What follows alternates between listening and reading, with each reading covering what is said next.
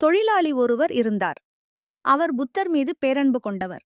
திடீரென்று 2 நாட்களாக அவருக்கு வேலை எதுவும் கிடைக்கவில்லை.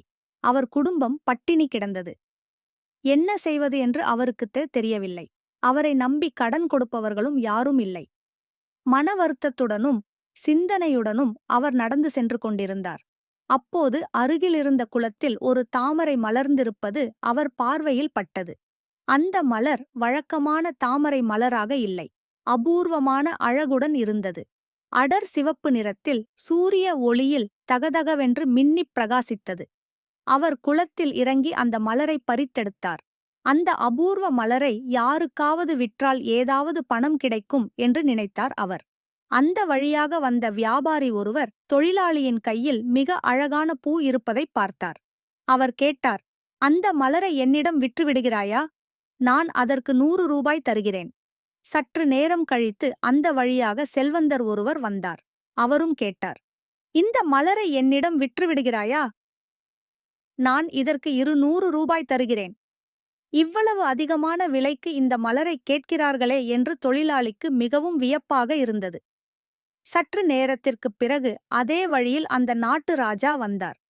தாமரை மலரை பார்த்து மகிழ்ந்து அவரும் கேட்டார், இந்த மலரை என்னிடம் கொடுத்து விடுகிறாயா? இதற்கு நான் என்ன விலை வேண்டுமானாலும் தருகிறேன். தொழிலாளி ராஜாவிடம் பணிவுடன் கேட்டார், வணக்கத்திற்குரிய ராஜாவே, அப்படி இந்த மலரில் என்னதான் இருக்கிறது? ஏன் இதற்கு எவ்வளவு பணம் வேண்டுமானாலும் தர தயாராக இருக்கிறீர்கள்? ராஜா சொன்னார், இந்த மலர் பார்ப்பதற்கு மிகவும் அழகாகவும் அபூர்வமாகவும் இருக்கிறது.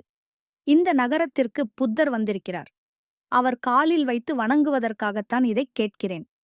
புத்தரைக் காண வேண்டும் என்று வெகு காலமாக ஏங்கிக் கொண்டிருந்த தொழிலாளி சொன்னார். அப்படியென்றால் ராஜாவே, என்னை மன்னித்துக் கொள்ளுங்கள். இந்த மலரை நானே அவர் பாதங்களில் சமர்ப்பிக்கிறேன். அந்தத் தொழிலாளி ஓடிச் சென்றார். அரிய தாமரை மலரை புத்தரின் காடியையில் வைத்து வணங்கி நின்றார். அப்போது புத்தர் கனிவாக அவரிடம் கேட்டார், சகோதரா, இந்த மலரை நீ ராஜாவிற்கு விற்றிருந்தாயானால் நீ மட்டுமின்றி உன் பல தலைமுறைகளும் வளமாக வாழ்வதற்கான செல்வம் உனக்கு கிடைத்திருக்குமே. நீ ஏன் அப்படிச் செய்யவில்லை?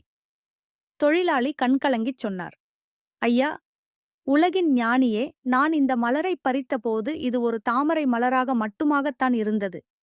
ஆனால் நீங்கள் இங்கே வந்திருக்கிறீர்கள் என்று தெரிந்தபோது இந்த மலர் என் இதயத்தின் அன்பாக மாறிவிட்டது. என் இதயத்தைச் சமர்ப்பிப்பதற்கு ஏற்ற இடம் உங்கள் காலடிகளைத் தவிர வேறு இல்லையே. புத்தர் எழுந்து அவரை தன் நெஞ்சோடு அணைத்துக் கொண்டு சொன்னார், இனிய சகோதரா, வறுமையில் இருந்தாலும் இந்த உலகத்தின் அரசன் நீதான். நிம்மதியாகப் போ. உன் வாழ்க்கை வளமாகும். தூய அன்பிற்கு முன்னால் பணத்திற்கு எந்த மதிப்பும் இல்லை. இந்த உலகில் விலை மதிப்பிட முடியாத ஒரே ஒரு விஷயம் அன்பு.